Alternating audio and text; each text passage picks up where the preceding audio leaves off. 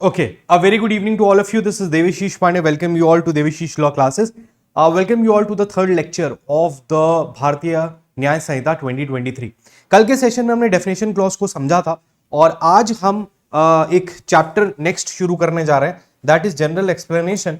और यहाँ पे दो तीन इंपॉर्टेंट चीजें हैं जो हम डिस्कस करेंगे. आज का सेशन बहुत ज़्यादा इंपॉर्टेंट होने वाला है क्योंकि कॉमन इंटेंशन, सिमिलर इंटेंशन और कॉपरेशन ये एक ऐसे टॉपिक्स है जिसपे प्री मेंस इंटरव्यू सभी जगह बार बार सवाल पूछे जाते हैं.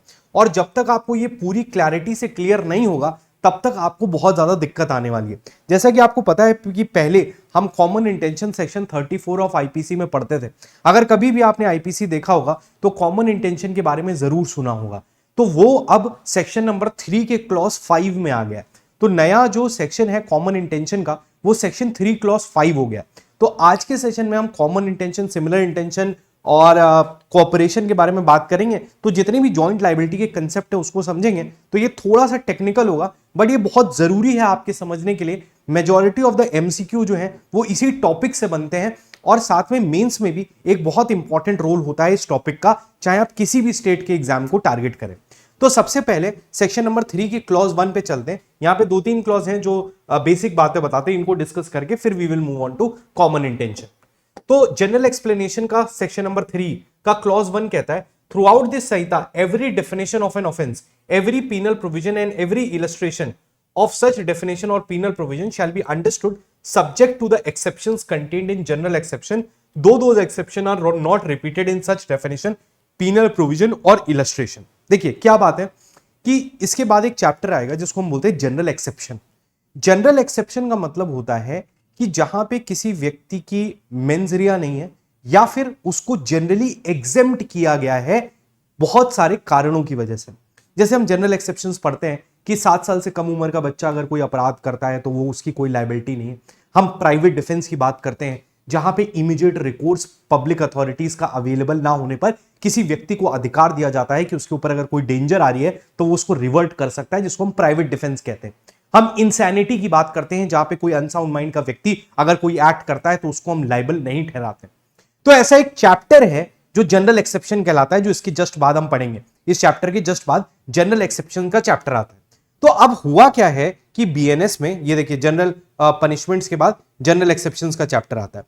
तो ये देखिए जनरल एक्सेप्शंस चैप्टर 3. तो लॉ ये कहता है कि जितनी भी एक्सेप्शंस थे उनको हमने मिलाकर एक चैप्टर में डाल दिया है, चैप्टर 3 में. लेकिन जब भी आप इस पूरे एक्ट में कोई भी ऑफेंस पढ़ेंगे, कोई भी इलस्ट्रेशन पढ़ेंगे, कोई भी चैप्टर पढ़ेंगे तो जनरल एक्सेप्शन के साथ उसको पढ़ना है. इसका मतलब सिंपल भाषा में ये होता है कि जैसे आप मर्डर का ऑफेंस पढ़ते हो, थेफ्ट का ऑफेंस पढ़ते हो, तो ये सारे ऑफेंसेस अलग अलग जगह दिए हुए हैं. अब कायदे से तो ऐसा होना चाहिए था कि जब मर्डर का प्रोविजन है तो उसके बाद जितने जनरल एक्सेप्शंस है वो डाल देने चाहिए थे. थेफ्ट का ऑफेंस था, उसके बाद सारे जनरल एक्सेप्शंस को लिखना चाहिए था. रॉबरी था, उसके बाद सारे जनरल एक्सेप्शंस को लिखना चाहिए था. चीटिंग था, उसके बाद सारे जनरल एक्सेप्शंस को लिखना चाहिए था. उससे क्या होता, आपका यही बेयर एक्ट 2000 पन्नों का हो जाता. तो लॉ ने क्या किया कि एक चैप्टर बना दिया, चैप्टर 3, जिसमें सारे जनरल एक्सेप्शंस डाल दिए. और एक ब्रिज बनाने के लिए उन्होंने सेक्शन नंबर 3 का क्लॉज 1 डाल दिया कि जब भी आप कोई भी ऑफेंस को पढ़ेंगे तो जनरल एक्सेप्शंस को ध्यान में रखते हुए पढ़ेंगे. तो अगर मर्डर में लायबिलिटी सेट की जा रही है तो जनरल एक्सेप्शन फिर भी लगेगा कि 7 साल से कम है, अनसाउंड है, इंटॉक्सिकेटेड है, प्राइवेट डिफेंस है, जो वो सारे प्रोविजंस है जनरल एक्सेप्शंस के, मिस्टेक ऑफ फैक्ट है, जो एक्टिंग जुडिशियली है, जो कुछ भी है वो सारे एक्सीडेंट है या कुछ भी है तो ये सारे लगेंगे. मेरा कहने का मतलब है ये सेक्शन सिर्फ इतना बोलता है कि जो जनरल एक्सेप्शन का चैप्टर है उसको आप हर एक ऑफेंस के साथ पढ़ोगे. इसका मतलब हर एक ऑफेंस में अलग से जनरल एक्सेप्शंस नहीं दिए हैं, जनरल एक्सेप्शंस एक जगह दिए हैं, लेकिन आप हर एक प्रोविजन को जनरल एक्सेप्शंस के साथ पढ़ोगे. मतलब प्रोविजन में लायबिलिटी कुछ भी दियो, जनरल एक्सेप्शंस लगेंगे. ठीक है, यहां तक की बात आपको समझ में आ गई. That is very simple, very clear. इसी के साथ में एक और प्रोविजन आता है, every expression which is explained in any part used in any part of the Samhita in conformity with the explanation. अभी हमने डेफिनेशन क्लॉज देखा, तो ये कहना चाहते हैं कि इस एक्ट में अगर कहीं भी कोई भी शब्द यूज होगा और उस शब्द की कोई भी डेफिनेशन दी हुई है तो आप उस डेफिनेशन के साथ उस वर्ड को पढ़ोगे. अगर कहीं एक्ट शब्द लिखा हुआ है तो उसका मतलब series of act he presume किया जाएगा. एक्ट में include a series of act. तो मेरा कहने का मतलब है कि जनरल एक्सप्लेनेशन का सिर्फ इतना मतलब है कि जनरल एक्सप्लेनेशन में जो डेफिनेशंस दी हुई हैं, जब भी आप कोई एक्ट पढ़ोगे, अगर कहीं पे भी आप थेफ्ट पढ़ रहे हो, वहां पे आप देख रहे हो डिसऑनेस्टली देख रहे हो, चीटिंग में आप फ्रॉडुलेंटली देख रहे हो, इंटेंशन देख रहे हो, नॉलेज, जो भी वर्ड समझाए गए हैं उन सबकी डेफिनेशन ली जाएगी। तो ये बहुत ही लॉजिकल बात है, इसमें कोई प्रॉब्लम नहीं है। यहां तक एक बार यस नो लिख दीजिएगा। उसके बाद एक क्लॉज 3 आता है जो कहता है where the property is in possession of a person spouse, clerk और servant on account of that person, it is in that person possession within the meaning of संहिता। इसको हम जनरली अभी पढ़ेंगे जब हम ऑफेंसेस अगेंस्ट प्रॉपर्टी की बात करेंगे या और भी ऑफेंसेस की बात करेंगे, तब इसको पढ़ेंगे। ये सिर्फ इतना कहता है कि अगर मेरे स्पाउस, मेरे क्लर्क, मेरे सर्वेंट के द्वारा कोई भी प्रॉपर्टी मेरे बिहाफ पे होल्ड की गई है तो लॉ प्रिज्यूम करेगा कि वो मेरी प्रॉपर्टी है। इसका आगे जब काम आएगा तो मैं आपको समझाऊंगा, बट यहां पे सिर्फ इतना कह रहा है कि अगर कोई भी प्रॉपर्टी मेरे बिहाफ पे मेरी स्पाउस, मेरा क्लर्क, मेरा सर्वेंट कोई भी होल्ड करता है तो लॉ प्रिज्यूम करेगा वो प्रॉपर्टी मेरी है। ठीक है, बस इतनी सी बात यहां पे कह रहा है। ठीक है, उसके बाद in every part of this संहिता except where a contrary intention appears from the context, words which refer to act done extends to illegal omission. ये भी बहुत इंपॉर्टेंट बात यहां पे कह रहा है कि इस एक्ट में कहीं पे भी अगर एक्ट लिखा हुआ है तो एक्ट में आप इलीगल ओमिशन को भी मानेंगे, इलीगल ओमिशन को भी मानेंगे। मतलब जहां पे कोई एक्ट पनिशेबल है वहां पे अगर कोई इलीगल ओमिशन है तो वो भी पनिशेबल होगा। ये बात आपको समझनी। आगे हम देखेंगे, अभी कॉर्पोरेशन का एग्जांपल देखेंगे तो ये बात आपको समझ में आएगी कि मान लीजिए अगर कोई गवर्नमेंट अथॉरिटी है, मान लीजिए जेल में कोई कैदी है, अब आपको उसको खाना देने की जिम्मेदारी है। मान लीजिए जेलर ने उसको खाना नहीं दिया और खाना ना देने की वजह से वो व्यक्ति मर गया, तो यहां पे भी आपका जो एक्ट है वो एक इलीगल ओमिशन है और आप मर्डर के लिए फिर भी लायबल होंगे। आप ये नहीं कह सकते कि मर्डर के अंदर कोई एक्ट ही करना जरूरी है। एक्ट की डेफिनेशन में इलीगल ओमिशन आता है, ये बात आपको याद रखनी, ये बात आपको याद रखनी। ठीक है, यस और नो बोल दीजिएगा। Now we are moving on to the most important topic, that is common intention. अब हम तसल्ली से कॉमन इंटेंशन के टॉपिक को पढ़ेंगे, बहुत ही ध्यान से पढ़ेंगे। One of the most difficult topics under the Bharatiya Nyaya Sanhita, but one of the most interesting topic. और एक बार आप समझ लेंगे तो जैसा कि मेरे स्टूडेंट्स कहते हैं कि अगर देवशीष सर से पढ़ लो तो फिर कोई भी कंसेप्ट को भूलने में बहुत मेहनत लगती है। मतलब you can not forget it if you read it properly and you will have to make extra effort to actually forget the concept. So that is the idea of today's lecture with reference to common intention. आइए common intention को शुरू करते हैं। सबसे पहले एक बार definition पढ़ते हैं कॉमन इंटेंशन की क्या दी हुई है, प्रोविजन क्या कहता है। सेक्शन नंबर सबसेक्शन 5, सेक्शन 3 का subsection 5 deals with common intention. देखो क्या कहता है, when a criminal act is done by several persons in furtherance of the common intention of all, each of such person is liable for the act in the same manner as it were done by him alone. That is the definition of common intention. तो आइए शुरू करते हैं the concept of common intention. देखिए सबसे पहली चीज तो आपको जो समझनी है वो ये है कि जनरल रूल क्या है। सबसे पहले तो आप इस बात को समझिए कि जनरल रूल क्या है। जनरल रूल ये कहता है, जनरल रूल ये कहता है कि हर एक व्यक्ति अपने एक्ट के लिए लायबल होगा। Every person is liable for his own act, for his own act, for his own act. Simple, बिल्कुल सिंपल बात से शुरू करेंगे, सिंपल से आगे तक लेके चलेंगे, ध्यान से समझिएगा। ठीक है, मेरी बात ध्यान से सुनिएगा। मान लीजिए मैंने आपका मोबाइल फोन चुरा लिया, ठीक, तो मैंने अगर आपका मोबाइल फोन चुरा लिया तो उसके लिए मैं लायबल, ठीक है। मेरा कोई दोस्त है या कोई स्ट्रेंजर है वो उसके लिए लायबल नहीं है। जब हम एक्टस रिया देखते हैं तो हम ये देखते हैं कि कोई भी व्यक्ति कोई एक्टस करता है तो उसके लिए वही व्यक्ति लायबल होता है। अगर आपने किसी का मर्डर किया है तो उसके लिए मैं लायबल नहीं हो सकता, आप ही लायबल होगे क्योंकि आपने उसका मर्डर किया। ठीक, ये एक सिंपल लॉजिक है कि हर एक ऑफेंस में जो व्यक्ति ऑफेंस करता है उसी की लायबिलिटी होती है। ये जनरल रूल है। लेकिन इस जनरल रूल का एक्सेप्शन जो होता है वो कहलाता है common intention, similar intention, cooperation, ये जितने भी कंस्ट्रक्टिव लाइबिलिटी या वाइकेरियस लाइबिलिटी के कंसेप्ट है, ये इसके एक्सेप्शन होते हैं। कई बार ऐसा हो सकता है, तो मतलब जनरल रूल समझ में आ गया कि अगर ए बी को मारता है, ए बी को मारता है, ए किल्स बी, तो ऐसे में ए विल बी लाइबल, सी जिसने कुछ भी नहीं किया है, ही इज नॉट लाइबल। ये जनरल रूल है, this is the general rule. But बहुत सारी सिचुएशंस ऐसी होती हैं जहां पे अल्टीमेट एक्ट किलिंग का ए ने किया होगा, बट कहीं ना कहीं सी जो है ए के साथ कनेक्टेड है और उस एक्ट को फैसिलिटेट कर रहा है, जिसके लिए इसको भी उस एक्ट के लिए लाइबल किया जाता है। ये कंसेप्ट जो है उसको हम समझेंगे कॉमन इंटेंशन। ठीक है, तो कॉमन इंटेंशन, सिमिलर इंटेंशन, बहुत सारे और कंसेप्ट हैं जिनके अंदर जिस व्यक्ति ने एक्चुअली में कॉन्सिक्वेंस नहीं किया है उसकी भी लाइबिलिटी है, क्योंकि उसका कोई ना कोई रोल था कॉन्सिक्वेंस। अब मेरी बात ध्यान से सुनिएगा, 15-20 मिनट इसको समझिएगा, फिर आपका कोई सवाल हो तो आप मुझे बताइए। देखो, बेसिकली इन सब चीजों का जो ओरिजिन होता है वो कहलाता है constructive liability. Constructive liability, constructive liability को लॉ बहुत सीरियसली लेता है। उसका कारण क्या है मैं आपको समझाता हूं। जैसे मान लीजिए, एक सिंपल बात सोचिए कि आपका आज मूवी जाने का मन है। ठीक है, आपका आज मूवी जाने का मन है और आप थोड़े से थके हुए हैं, आपका मन तो है मूवी जाने का, बट आपके अंदर थोड़ा सा एंथुजियाज्म नहीं है कि आप मूवी देखने जाएं। And suddenly your friends come to your home and he says चल भाई मूवी देखने चलते। एकदम से आप तैयार हो जाओगे कि हाँ यार चलते हैं मूवी देखने। द आइडिया इज, और ये बहुत सारे ऑफेंसेस में लगेगा, we will see in the offence of abetment, we will see in the offence of conspiracy, कि अकेला इंसान अपराध करने से पहले कई बार सोचता है, लेकिन जब उसको किसी का साथ मिल जाता है तो उसके लिए अपराध करना आसान हो जाता है।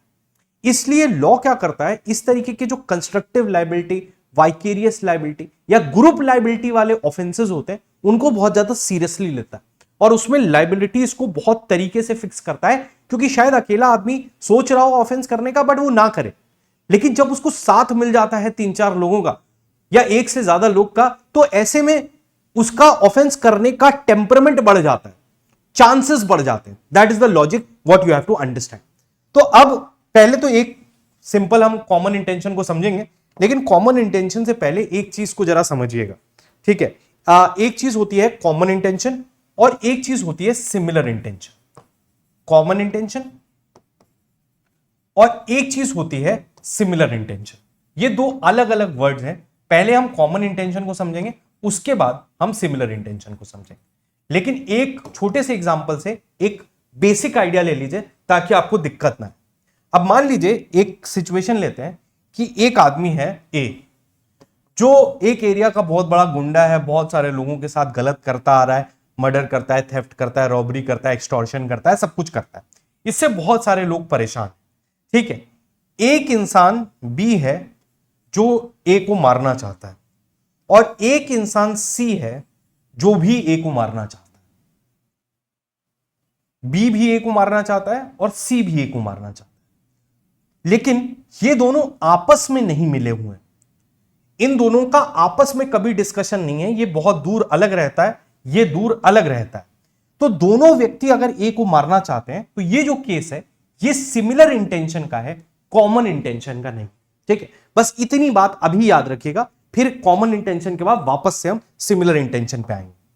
अब एक बार कॉमन इंटेंशन के एसेंशियल्स को देखते हैं कि कॉमन इंटेंशन के एसेंशियल्स क्या कहते हैं। तो अगर आप कॉमन इंटेंशन की एसेंशियल्स को पढ़ोगे तो कॉमन इंटेंशन के जो एसेंशियल्स हैं वो क्या कहते हैं, एक बार जरा देखिएगा। सबसे पहला एसेंशियल है कि there should be a criminal act.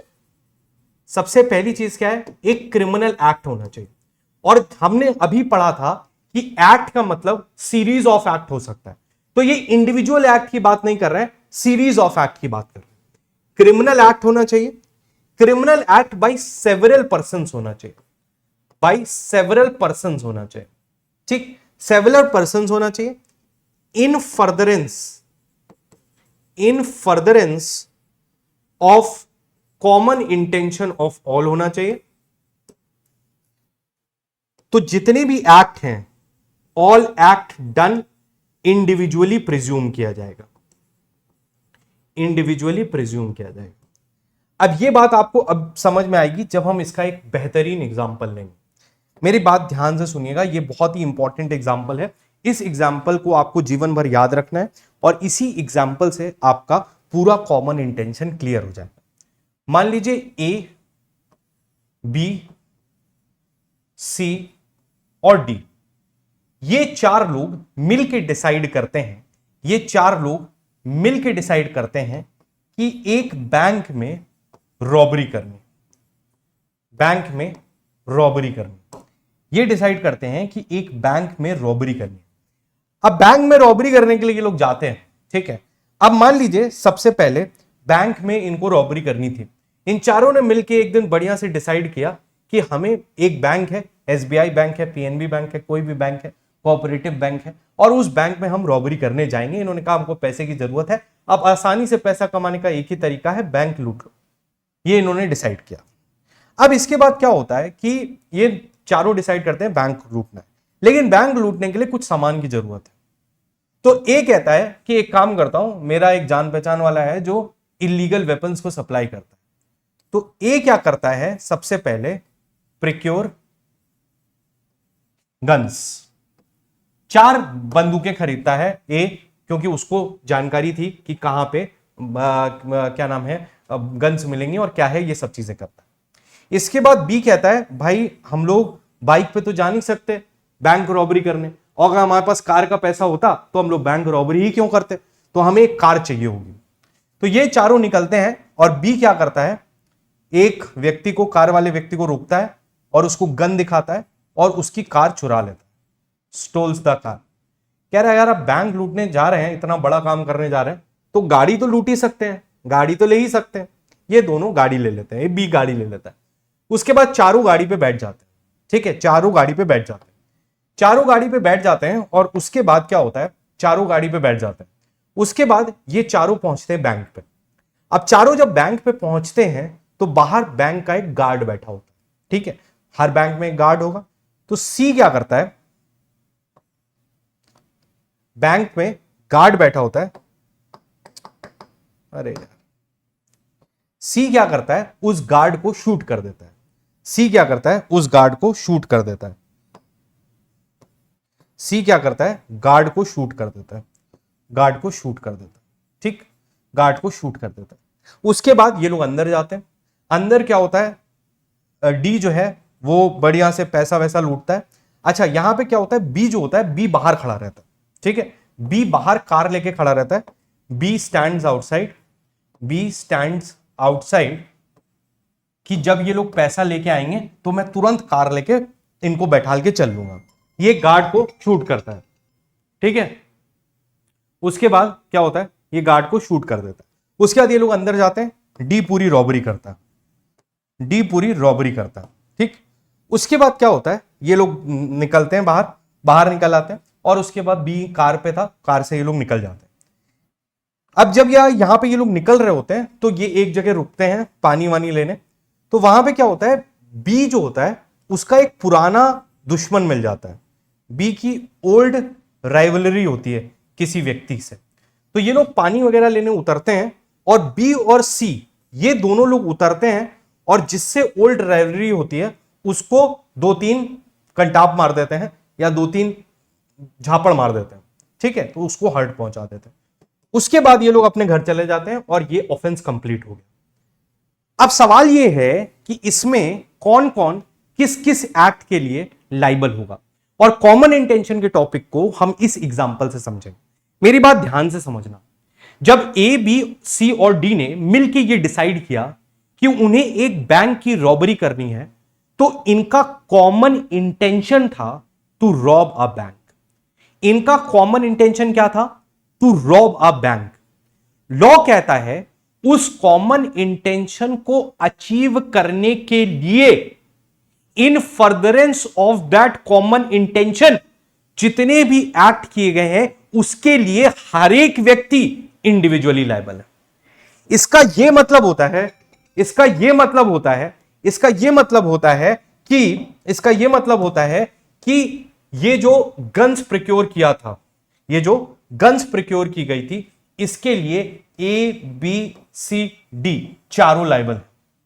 ये जो गाड़ी चुराई गई थी, इसके लिए भी ए बी सी डी चारों लायबल है।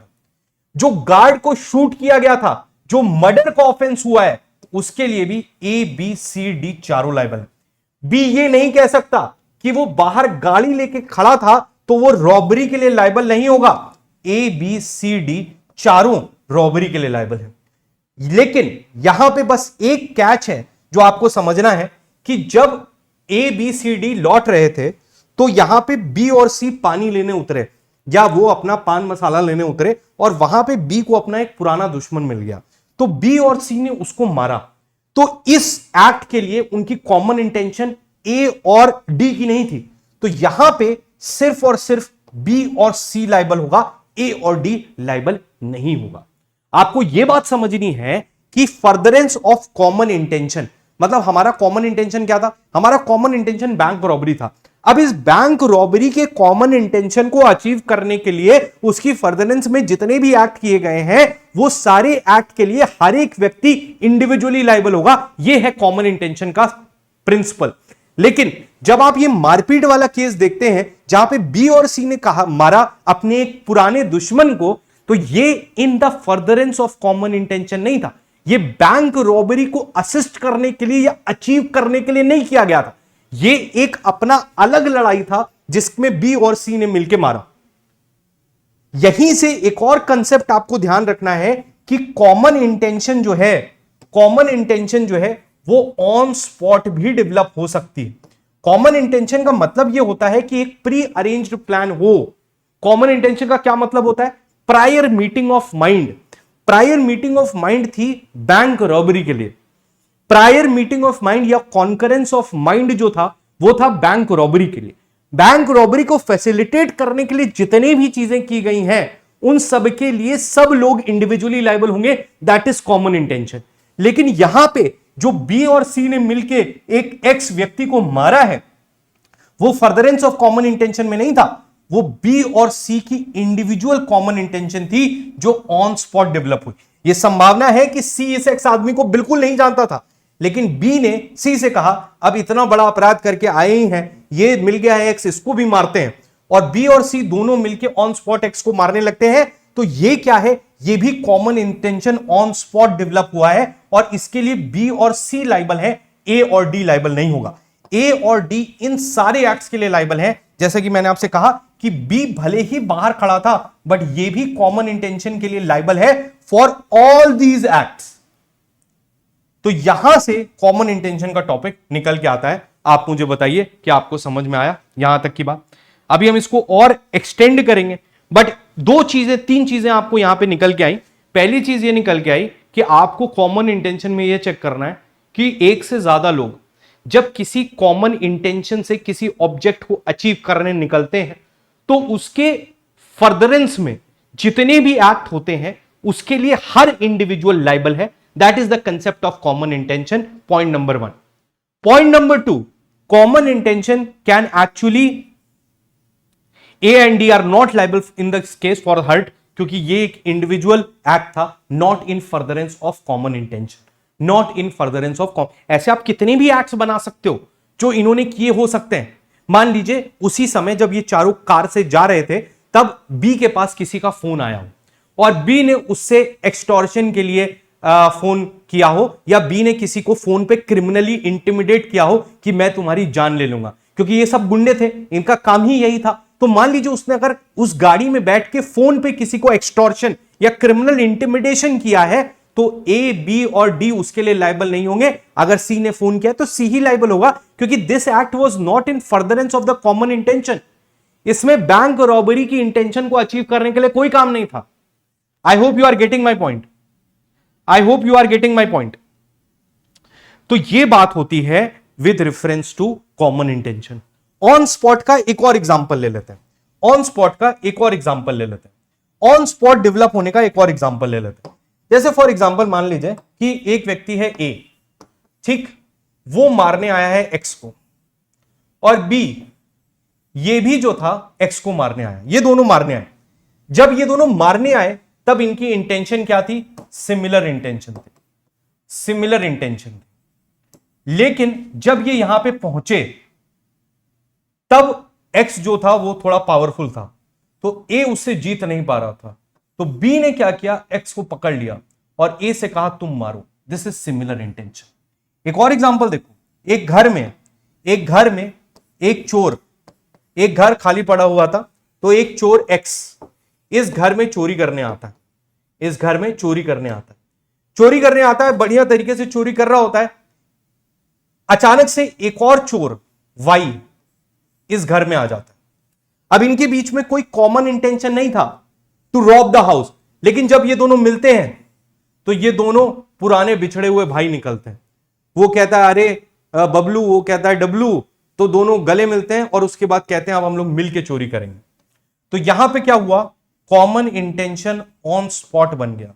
उसके बाद मान लीजिए ये दोनों चोरी करने आए, ये दोनों मिल गए, इन दोनों ने चोरी करनी शुरू करी मिलके। उसके बाद ओनर आ गया और एक्स ने जो है इसके ऊपर गोली चला दी, तो एक्स और वाई दोनों लायबल होंगे क्योंकि इनकी कॉमन इंटेंशन हो चुकी थी और ये थेफ्ट करने जा रहे थे और उसको फैसिलिटेट करने में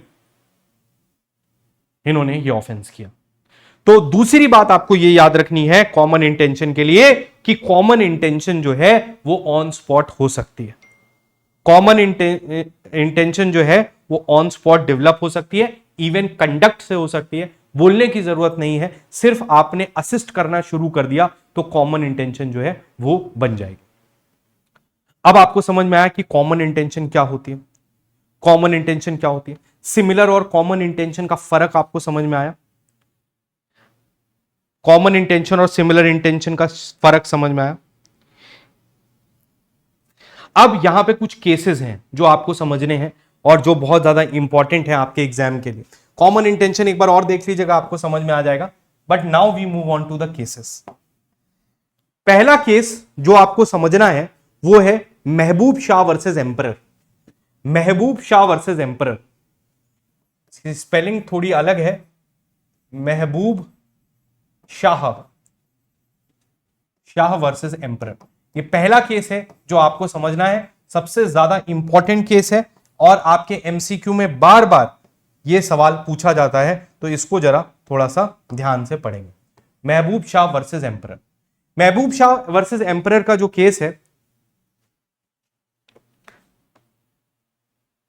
देखो मर्डर के लिए उर्वशी जी इसलिए होंगे in the previous example that it was done in order to facilitate the theft या रॉबरी।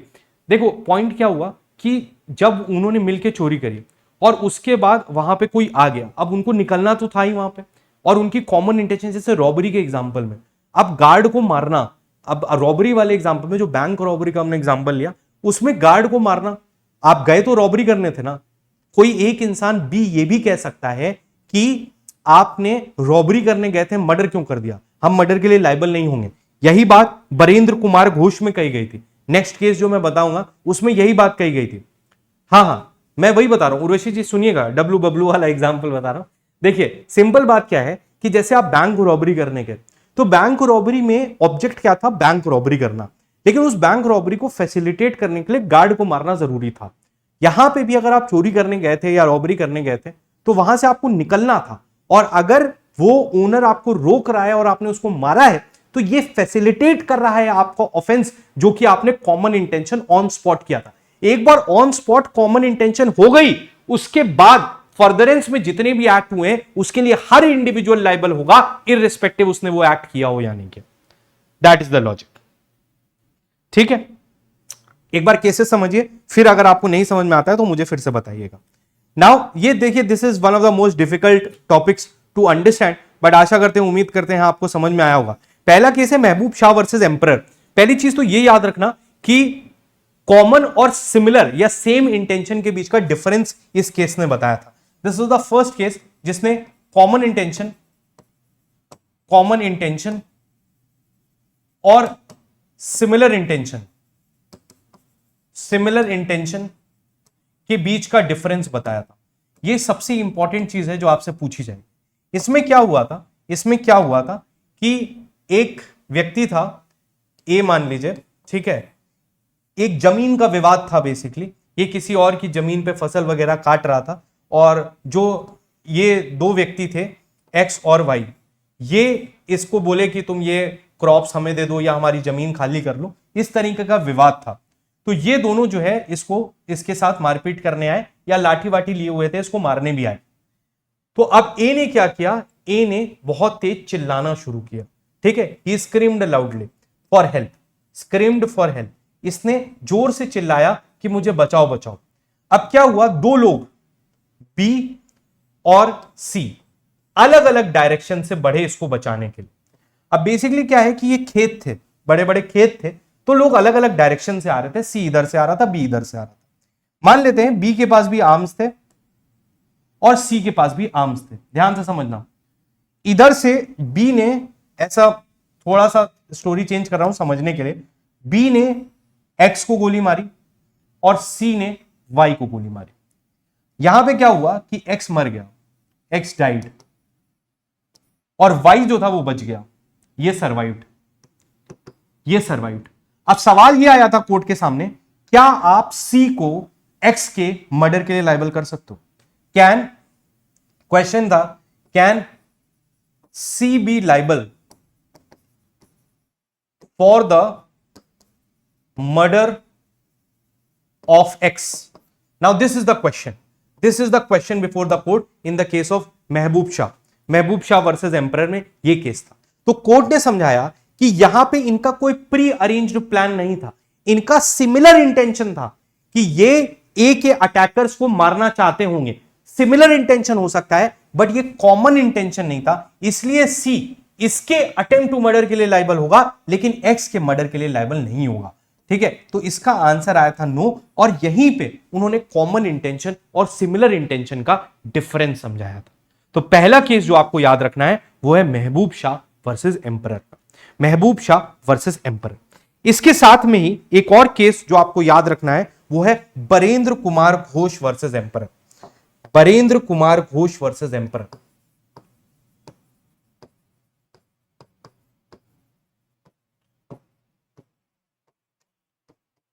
इसमें कोर्ट ने क्या समझाया था, इसमें कोर्ट ने यह समझाया था Barendra, no because B S, correct correct, similar intention थी, इसीलिए महबूब शाह वर्सेस एम्परर में यह केस समझाया गया था। आपके बरेंद्र कुमार घोष में बोला था even if it is not present there can be active participation. देखो कॉमन इंटेंशन के लिए एक्टिव पार्टिसिपेशन जरूरी है, लेकिन एक्टिव पार्टिसिपेशन का यह मतलब नहीं है कि आप उस एक्ट में वहीं पे मौजूद हो। आज के टाइम पे आप बहुत सारी मूवीज देखते हो जहां पे एक टेक गाई होता है जो लैपटॉप लेके हेडफोन्स लगा के जो क्या करता है, पूरी रॉबरी को फैसिलिटेट करता है कि भाई फेंसिंग हमने काट दी है, कैमरे हमने ऑफ कर दिए हैं, यहां से राइट से बंदा आ रहा है, लेफ्ट से बंदा आ रहा है, वो बताता है। या रॉबरी वाले केस में जो बी था वो कार लिए बाहर खड़ा हुआ था, तो लॉ कहता है 34 इसमें 3 क्लॉज 5 में कि आप कॉमन इंटेंशन के लिए फिर भी लायबल हैं, भले आप पैसिव तरीके से इन्वॉल्व हैं और आपका कोई भी एक्टिव पार्टिसिपेशन नहीं है। यह केस था बरेंद्र कुमार घोष वर्सेस एम्परर, ठीक है। उसके बाद Pandurang versus state of Hyderabad, बहुत इंपॉर्टेंट, ये सारे केसेस इंपॉर्टेंट है, इनमें से एक केस जरूर आएगा, Pandurang versus state of Hyderabad, state of Hyderabad. इसमें कहा गया था that premeditation concert is a sine qua non of common intention. Pandurang में कहा गया था कि अगर प्री मीडिएशन नहीं है, मतलब उन्होंने यह समझाया था कि देखो आपका कॉन्करेंस ऑन स्पॉट हो सकता है, लेकिन कॉमन इंटेंशन के लिए प्री मीडिएशन या on spot prior meeting of mind जो है वो बहुत ज्यादा इंपॉर्टेंट है। अगर आप किसी को वाइकेरियसली कन्विक्ट करना चाहते हो तो आपको यह प्रूव करना पड़ेगा कि यहां पे प्री मीडिएशन ऑफ माइंड या प्रायर मीटिंग ऑफ माइंड था, यह इसमें कहा गया। जो आप बरेंद्र कुमार घोष को पढ़ रहे हो, तो बरेंद्र कुमार घोष के साथ एक और केस था, इसको भी आप ध्यान रखिएगा, यह भी सेम बात कहता है, उसका नाम है Tukaram, Tukaram versus state of Maharashtra, state of Maharashtra. Tukaram versus state of Maharashtra में भी यही बात कही गई थी कि आपके लिए पार्टिसिपेशन कुड बी ओवर्ट और कॉवर्ट बाय एक्टिव प्रेजेंस और डिस्टेंट डायरेक्शन। तो तुकाराम में भी यही बात समझाई गई थी कि आपका एक्टिव पार्टिसिपेशन जरूरी नहीं आप ऑन स्पॉट हो, अगर आप बाहर से किसी को डायरेक्शन भी दे रहे हो कि पुलिस आ रही है, पुलिस आ रही है, भागो, या तुम्हारे पीछे कोई इंसान बंदूक लिए खड़ा है, या तुमने लाइट बंद कर दी, कैमरा बंद कर दिया, इलेक्ट्रिक फेंसिंग बंद कर दी, कुछ भी कर दिया, तो that is all included in common intention. Sir similar intention में अटेम्प्ट टू मर्डर के लिए लायबल होगा भी? एग्जैक्टली 100% अटेम्प्ट टू मर्डर के लिए लायबल हुआ था पर इसमें महबूब शाह में। ठीक है, ठीक है, नंदू रस्तोगी भी था वैसे तो इसका। और एक और केस है Suresh versus state of UP, Suresh versus state of UP. ये 4 ही 5 केस हैं, आपको मेंस में भी लिखने के काम आएंगे और प्रीलिम्स में तो आएंगे ही ये एग्जांपल में। Suresh versus state of UP, Suresh versus state of UP. ठीक है, Suresh versus state of UP में कहा था कि हर एक का independent overt act on the part of each accused is not a requirement. ऐसा हो सकता है कि कभी कदार, मतलब इन्होंने क्या समझाया था कि ऐसा हो सकता है कि कभी कदार क्या होता है कि जैसे मान लीजिए 4 लोगों ने मिलकर एक ऑफेंस प्लान किया और सारी चीजें डिसाइडेड थी, एक व्यक्ति का काम था कि उसको इमरजेंसी में आना था और इमरजेंसी पड़ी नहीं तो वो आया नहीं, तो क्या आप कह सकते हो कि वो कॉमन इंटेंशन के लिए लायबल नहीं है? वो लायबल होगा। ये बात इसमें समझाई गई थी Suresh versus state of UP में। तो ये सारे केस हो गए आपके जो कहलाते हैं with reference to common intention. अब मैं आशा करता हूं कॉमन इंटेंशन आपको समझ में आ गया होगा, कॉमन इंटेंशन में कोई भी डाउट नहीं होगा। अब इसी तरीके से हम सिमिलर इंटेंशन को समझेंगे कि सिमिलर इंटेंशन में क्या लिखा हुआ है, जरा देखिएगा। तो कॉमन इंटेंशन अब आपको समझ में आ गया, पूरी तरीके से अच्छे से समझ में आ गया। अब ये जो 3 क्लॉज 6 है ये सिमिलर इंटेंशन की बात करता है, इनको साथ में समझेंगे तो बेहतर समझ में आएगा। सिमिलर इंटेंशन की बात करता है, whenever an act which is criminal only by reason of doing it with a criminal knowledge or intention is done by several persons, each of such person who joins in such act with such knowledge or intention is liable for the act in the same manner as if the act were done by him alone, knowledge or intention। ये क्या कहना चाहता है मैं आपको समझाता हूं पहले, फिर आप इसको पढ़िएगा तो आपको ये बात समझ में आएगी।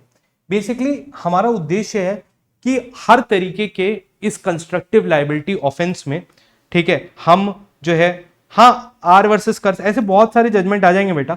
मैं आपको वो बता रहा हूं जो मोस्ट इंपॉर्टेंट है और जो आपके लिए इंपॉर्टेंट है, मतलब जो law laying down case laws हैं, मतलब जिनके बिना इस प्रोविजन को समझा नहीं जा सकता या जो है वो किया जा सकता है।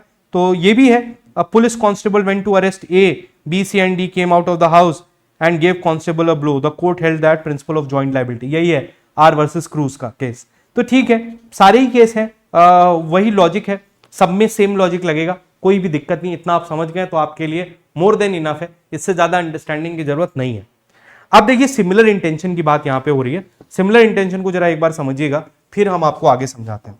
सिमिलर इंटेंशन के लिए क्या प्रॉब्लम आ रही है मैं आपको समझाता हूं, ध्यान से सुनिएगा। सिमिलर इंटेंशन, देखो सिमिलर इंटेंशन आप समझ गए हो कि अगर मान लीजिए कोई एक ए व्यक्ति है, इसको एक्स भी मारना चाहता है और वाई भी मारना चाहता है, ठीक है, एक्स भी मारना चाहता है और वाई भी मारना चाहता है, तो इन दोनों के बीच में सिमिलर इंटेंशन है अगर ये दोनों आपस में मिले नहीं हुए। अगर ये दोनों ऑन स्पॉट आके मिल जाते हैं तो ये कॉमन इंटेंशन हो जाएंगे, कॉमन इंटेंशन हो जाएंगे। अब प्रॉब्लम कहां पे आ रही है मैं तुमको बताता हूं सिमिलर इंटेंशन में, और सिमिलर इंटेंशन का पॉइंट क्या कह रहा है, एग्जाम्पल से समझते हैं। मान लीजिए एक ए व्यक्ति है, इसको एक्स मारना चाह रहा है और वाई भी मारना चाह रहा है। एक्स एक पिस्टल लेके आया है और एक वहां पे खड़ा हुआ है, मान लीजिए एक पब्लिक मीटिंग में खड़ा हुआ है और उसका प्लान है कि वो उसको मारेगा। वाई जो है दूर एक बिल्डिंग में स्नाइपर लिए हुए खड़ा हुआ है, ठीक है, और इधर अब तो ये दोनों एक दूसरे को जानते नहीं है तो कॉमन इंटेंशन तो है नहीं, कॉमन इंटेंशन तो है। इधर से इसने पिस्टल चलाई और इधर से इसने स्नाइपर चलाई और एक ही डेथ हो गई, और ये क्लियर नहीं है कि किसके शॉट से एक्चुअली में ए मरा है। तो ऐसे परिस्थिति में एक्स और वाई दोनों ही मर्डर के लिए लायबल होंगे under the concept of similar intention, या फिर आप कह सकते हो कि ये दोनों मर्डर के लिए लायबल।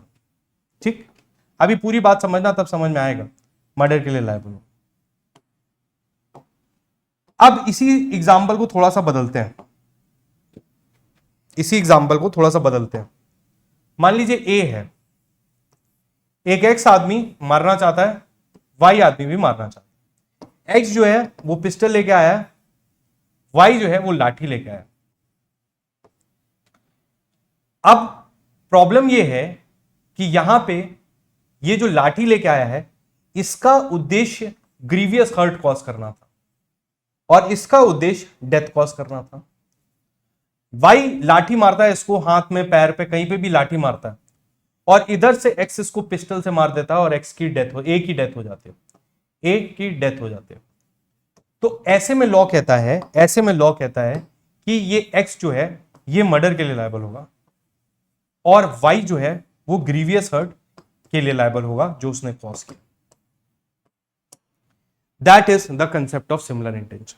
थोड़ा तसल्ली से समझिएगा इस बात को, उसके बाद एक बार प्रोविजन पढ़िएगा तो आपको बेहतर समझ में आएगा। देखिए क्या कहता है, वो whenever an act which is criminal only by reason of doing it with intention और नॉलेज, इसको आप एक बार छोड़ भी दो, is done by several person, दो लोगों ने किया, एक्स और वाई ने, each of such person who joins in the act with the knowledge or intention is liable for the act in the same manner if the act were done by him alone or with the knowledge or intention। और जो बात मैंने आपको बताई second example में वो दी हुई है क्लॉज 9 में, when several person are engaged or concerned in the commission of a criminal act they may be guilty of different offenses by means of different act। तो जब आप 6 को पढ़ते हो सिमिलर इंटेंशन को, तो 6 के साथ सेक्शन 3 क्लॉज 9 पढ़ा जाता है और 6 और 9 की जो डेफिनेशन है, जो एग्जांपल है वो यहां पे है। ये हुआ आपका सेक्शन 6 और ये हुआ आपका सेक्शन 9। बोलो किसी को समझ में आया? किसी को समझ में आया?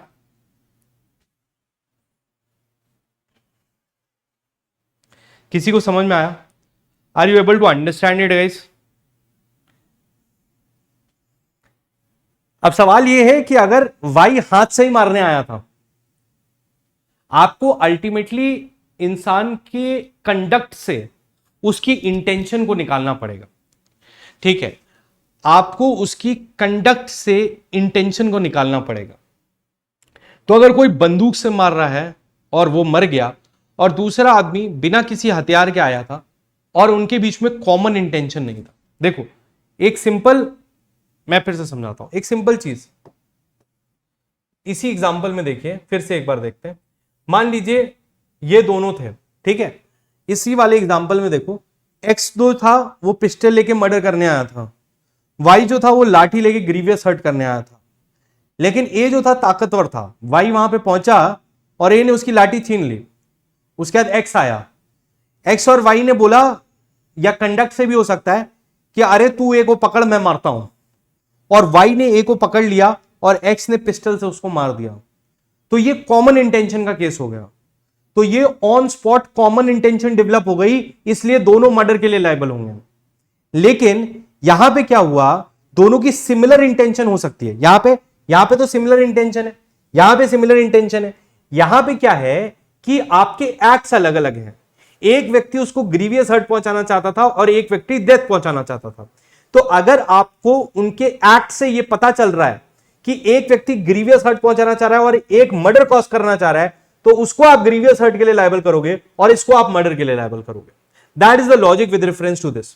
और जहां पे दोनों की सिमिलर इंटेंशन थी और दोनों ने मार दिया है उसको, और दोनों में प्रीमीडिएशन नहीं था, दोनों में प्रीमीडिएशन नहीं था, कॉमन इंटेंशन नहीं था, सिमिलर इंटेंशन था, और किसके इफेक्ट से सामने वाला मरा है यू डोंट नो, तो ऐसे में दोनों लायबल होंगे, ऐसे में दोनों लायबल होंगे। सर वाई अगर लाठी से उसके सर पे मारेगा, हां, तो फिर दोनों लायबल होंगे। दानिश जी ये सवाल सही है आपका कि अगर वाई ने लाठी उसके सर पे मार दी और उसके बाद इसने पिस्टल से गोली मार दी, तो फिर दोनों लायबल होंगे मर्डर के लिए। वो हम एक्ट से जज करें, वो हम एक्ट से जज करेंगे। एग्जैक्टली तो दोनों लायबल होंगे 100%, क्योंकि फिर यहां पे सिमिलर इंटेंशन हो गई टू किल, सिमिलर इंटेंशन हो गई टू किल। अभी क्या है, intention is for grievous hurt, इसका इंटेंशन इज टू किल। ये 3 क्लॉज 9 है और ये 3 क्लॉज 6 है। बच्चा समझ में नहीं आया क्या? अरे यार मेरे प्यारे बच्चों, समझ में नहीं आया तो बताओ। अब इसमें एक और टॉपिक अपन ने रहता है कोऑपरेशन का। मुझे लग रहा है कि ये थोड़ा सा ज्यादा ही हो गया। आप बताइए समझ में आया कि नहीं? क्या डाउट आ रहा है मुझे बताइए। Common intention and similar intention, and आशा करते हैं, उम्मीद करते हैं आपको समझ में आया होगा।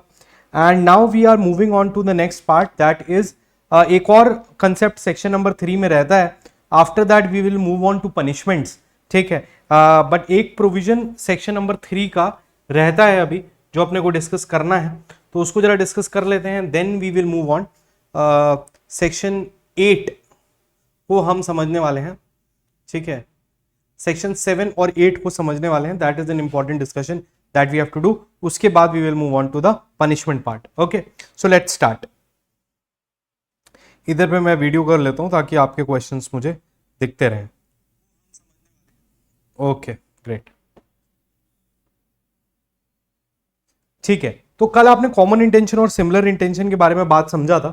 एक और कंसेप्ट है जिसको हम कहते हैं कॉपरेशन, ठीक है। So we will be trying to understand this cooperation concept. ये भी एक इंपॉर्टेंट कंसेप्ट है जो जॉइंट लायबिलिटी के बारे में बात करता है, और इसके जो इलस्ट्रेशन है वो बहुत इंपॉर्टेंट है और बार बार पूछे जाते हैं। So there are two sections that are left to understand.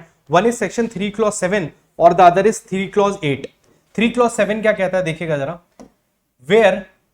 wherever the causing of a certain effect or an attempt to cause that effect by an act or by an omission is an offense, it will be understood that causing of that effect partly by an act and partly by an omission is the same offense। इसका क्या मतलब है कि अगर कोई भी offense ऐसे बन रहा है जिसमें पार्टली आप कोई एक्ट कर रहे हो और पार्टली कोई ओमिशन कर रहे हो, तो उस पे भी आपकी लायबिलिटी होगी। ये पूरा प्रोविजन जो है वो सिर्फ एक इलस्ट्रेशन से समझा जा सकता है, कुछ भी और करने की जरूरत नहीं है। ए इंटेंशनली कॉजेज जेड्स डेथ, ए ने जेड की डेथ कॉज करी partly by omitting to give Z food and partly by beating A has committed murder. एक एग्जांपल के लिए ले लेते हैं कि ए एक जेलर था और उसकी जेल में एक कैदी बंद था। Now he wanted to kill that prisoner, so in order to kill him उसने उसको खाना देना बंद किया, दैट इज एन ओमिशन। उसकी लीगल ड्यूटी थी कि वो उस व्यक्ति को खाना प्रोवाइड करे, तो उसने उसको खाना देना बंद किया, दैट इज इलीगल ओमिशन। और उसके साथ में उसने उसको मारा, तो मारना क्या था, बीटिंग क्या थी, दैट वाज एन एक्ट। तो एक्ट और ओमिशन दोनों मिलके मर्डर कॉज हुआ, तो वो मर्डर के लिए लायबल होगा। वो ये नहीं कह सकता कि मेरा जो एक्ट था बीटिंग का, that alone was not sufficient to cause the death, और जो मैंने ओमिशन किया उसको कंसीडर ना किया जाए। तो अगर कोई भी एक्ट प्लस ओमिशन से भी होता है तो भी आपकी लायबिलिटी बनती है, and you can not say that is not there. Sir ये इलस्ट्रेशन यूपी एपीओ में भी आया था, हाँ सभी जगह आता है, तो ये इलस्ट्रेशन आप याद रखिएगा, दैट इज 100% एन ऑफेंस, ठीक है। अब इसके साथ में एक बहुत ही इंपॉर्टेंट कंसेप्ट है जिसको हम कहते हैं कॉपरेशन। क्या कहते हैं, कॉपरेशन, कोऑपरेशन, ठीक है। कॉपरेशन, कॉपरेशन का मतलब क्या होता है, कॉपरेशन का मतलब क्या होता है कि सहयोग करना। कॉपरेशन का मतलब क्या होता है, सहयोग करना, सहयोग करना, ठीक है। कॉपरेशन देखते हैं क्या होता है।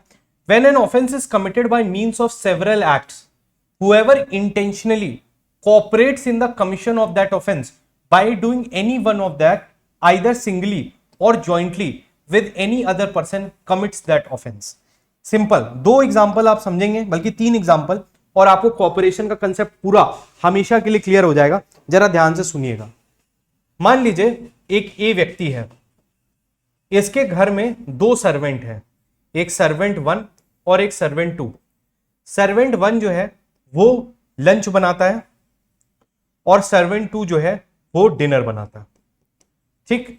अब क्या होता है कि इन दोनों के बीच में कॉमन इंटेंशन है कि इनको एक ही डेथ कॉज करनी है, लेकिन इनके जो एक्ट्स हैं वो अलग अलग टाइम पे हैं। होता क्या है कि ए जब लंच बनाता है तो ए के खाने में थोड़ी मात्रा पॉइजन की डालता है, और डिनर में S2 जब डिनर बनाता है तो भी इसके खाने में पॉइजन डालता है।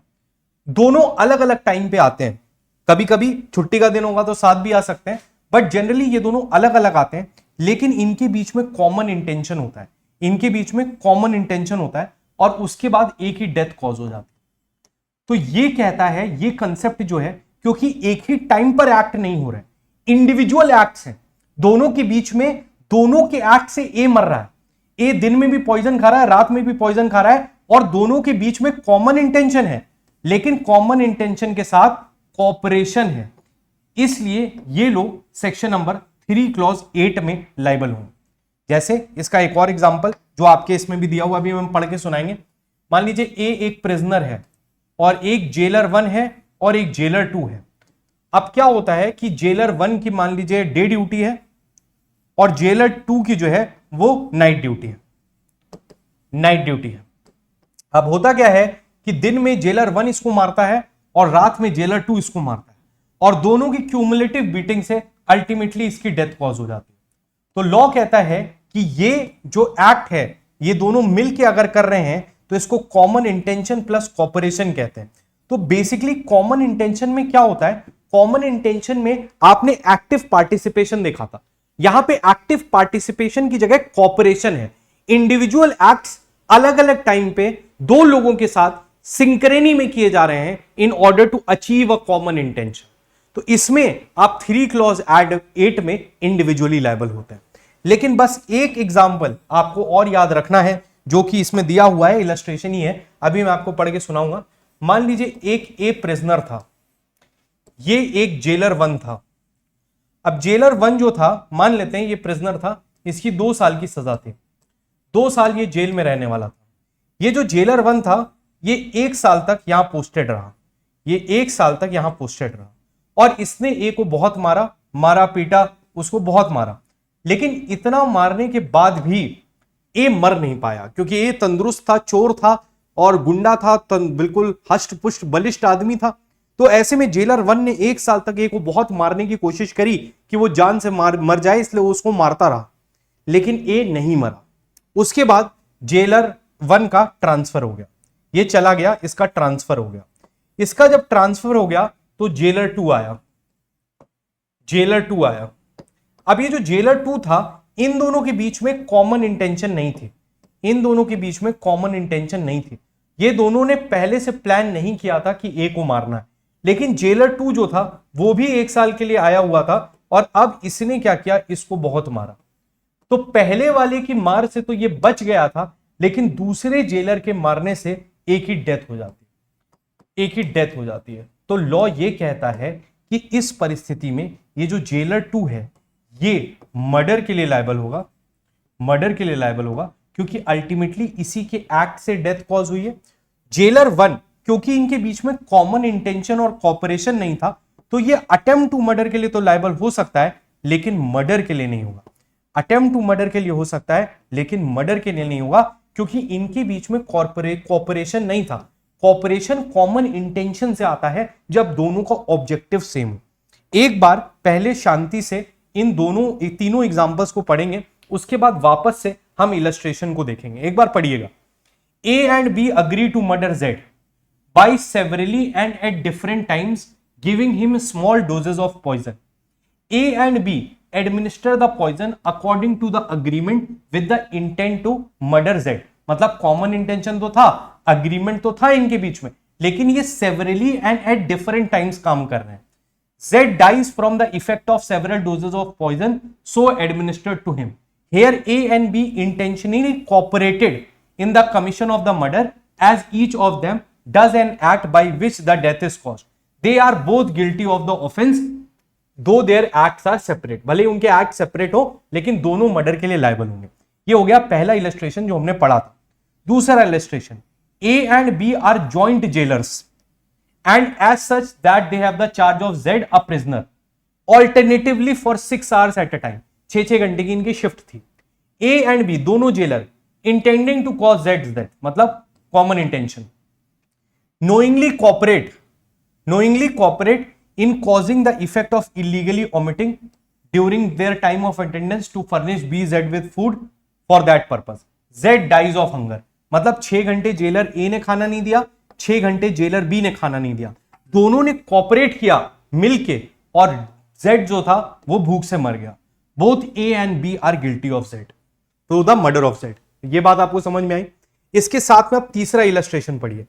ए a jailer has the charge of Z a prisoner, जो तीसरा एग्जांपल हमने बताया।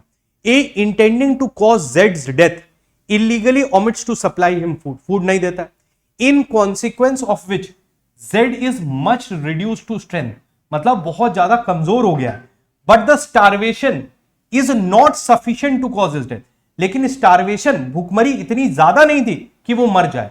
ए is dismissed from the office, A को सस्पेंड कर दिया जाता है। बी सक्सीड्स हिम, मतलब बी जो है वो जेलर 2 है। बी विदाउट कल्यूजन और कॉपरेशन, ये इंपॉर्टेंट, विदाउट कल्यूजन और cooperation with A illegally omits to supply Z with food, knowing that he is likely thereby to cause Z's death. Z dies of hunger. Important क्या है? B is guilty of murder as A did not cooperate with B. A is guilty only to attempt to commit murder. बोलिए, corporation का concept समझ में आया? तो corporation का concept क्या है? कॉपरेशन का कंसेप्ट कॉमन इंटेंशन से ही अराइज होता है। कॉमन इंटेंशन और एक्टिव पार्टिसिपेशन 3 क्लॉज 5 में पनिशेबल है, जबकि कॉमन इंटेंशन और कॉपरेशन सेक्शन नंबर 3 क्लॉज 8 में पनिशेबल है। लॉ ये समझाता है कि अगर आपने इंडिविजुअली सेवरली कोई भी एक्ट्स किए हैं in furtherance to the common intention, अलग अलग टाइम पे अलग अलग एक्ट्स किए गए, तो इसको कॉपरेशन कहा जाता है अगर कॉमन इंटेंशन एग्जिस्ट कर रहा था। लेकिन अगर कॉपरेशन नहीं था, कॉमन इंटेंशन नहीं था, तो जिसके अल्टीमेट एक्ट से ऑफेंस हुआ है वही उस एक्ट के लिए लायबल होगा, दूसरा वाला उसके अटेम्प्ट के लिए लायबल हो सकता है बट मेन एक्ट के लिए लायबल नहीं हो। बोलो, किसी को समझ में आया? Has anybody understood this law? किसी को यह बात समझ में आई? यस और नो प्लीज बताइएगा मुझे।